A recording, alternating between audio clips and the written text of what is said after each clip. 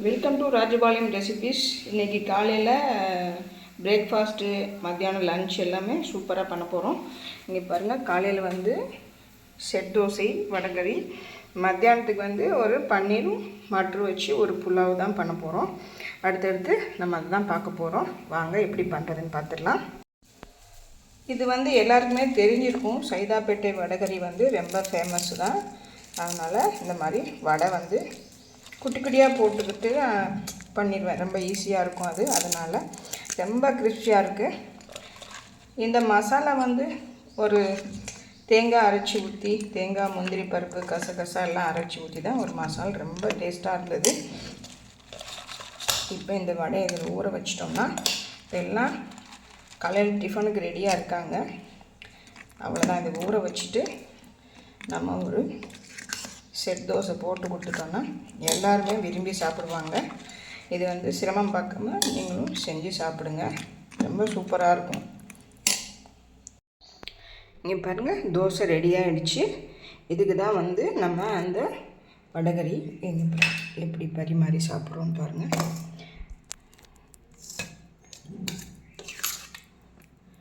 ரொம்ப சூப்பராக இதை அப்படியே ஊற வச்சுட்டு இதுக்கு வந்து போட்டு சாப்பிட்டோம்னா அவ்வளோ ஒரு டேஸ்ட்டாக இருக்கும். சென்னையிலலாம் ரொம்ப ஃபேமஸ் தான். நம்மளும் பண்ணி சாப்பிட்லாம்ல. அதனால தான் இப்போ எல்லாமே குழந்தைங்க லீவில் அடுத்த வாரம் எல்லாருமே லீவ் விட்டுருவாங்க. இந்த மாதிரி செஞ்சு கொடுத்து அசத்துங்க. இப்போ பச்சை பட்டாணி, பன்னீர் எல்லாம் போட்டு ஒரு புலாவ் பண்ண போகிறோம். அதுக்கு தான் இப்போ அடுப்பு பற்ற வச்சு இந்த மாதிரி ஒரு கடாயை வச்சுருக்கோம். இதில் வந்து நெய் பாதி, ஆயில் பாதி ஊற்றிக்கோங்க. இந்த புலாவுக்கு தகுந்த மாதிரி நீங்கள் ஊற்றிக்கோங்க. கொஞ்சம் நெய், கொஞ்சம் ஆயில்.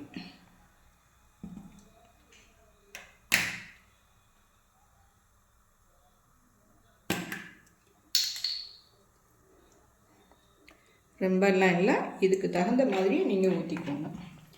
ஊற்றிட்டு அதுக்கு தாளிக்கிறதுக்கு வந்து ரொம்ப எல்லாம் ஒன்றும் இல்லை. ஒரே ஒரு பிரிஞ்சி இலை போடுங்க, கொஞ்சம் பட்டை, ஒரு ஸ்டாரு, அவ்வளோதான். ஏன்னா இதுக்கு எல்லாமே வந்து நம்ம கரம் மசாலா போடுறோம். அதனால் இது மட்டும் போதும் நமக்கு. வேறு எதுவும் நீங்கள் போட வேண்டாம்.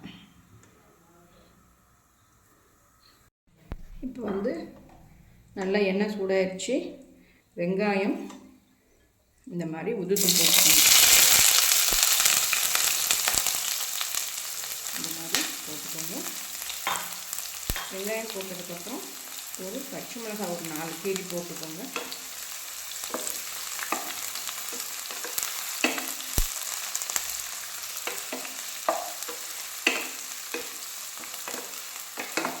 நான் இன்னைக்கு குக்கரில் பண்ணலைங்க, இந்த மாதிரி தான் பண்ணுறேன்.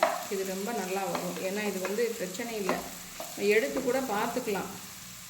உதிரியாக இது வரும் நல்லா. அதனால் நான் இந்த மாதிரி போடுறேன். அடுத்து வந்து இஞ்சி பூண்டு பேஸ்ட்டு போட்டுக்கோங்க. இதுக்கு தேவையான அளவு போட்டுக்கோங்க. இந்த அளவு போதும்.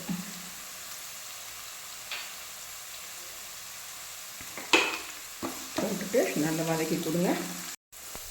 இப்போ வந்து கொஞ்சம் புதினாவும் கொத்தமல்லியும் போட்டுக்கலாம்.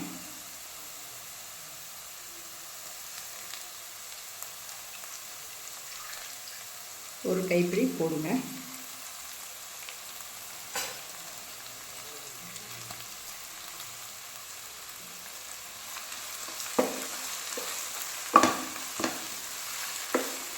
நான் வந்து காய்கறி நிறையா போடலைங்க. ஒரே ஒரு பச்சை பட்டாணியும் பன்னீர் மட்டும்தான். வேறு எதுவுமே இல்லை. கேரட்டெல்லாம் போடலாம், ஆனால் அது வேறு மாதிரி பிரியாணி மாதிரி வந்துடும்ல. அதனால் இந்த புலாவ் வந்து நம்ம இப்படி தான் பண்ணுறோம். இந்த பச்சை பட்டாணியை இப்போ நம்ம போட்டுறோம்.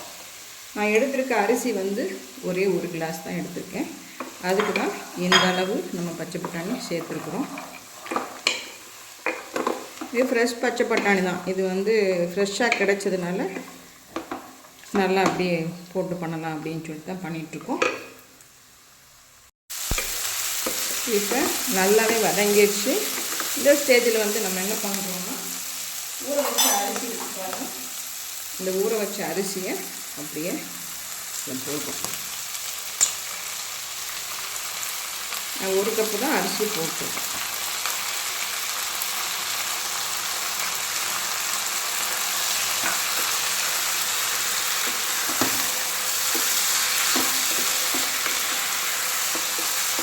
இது நல்லா வதங்கட்டும்.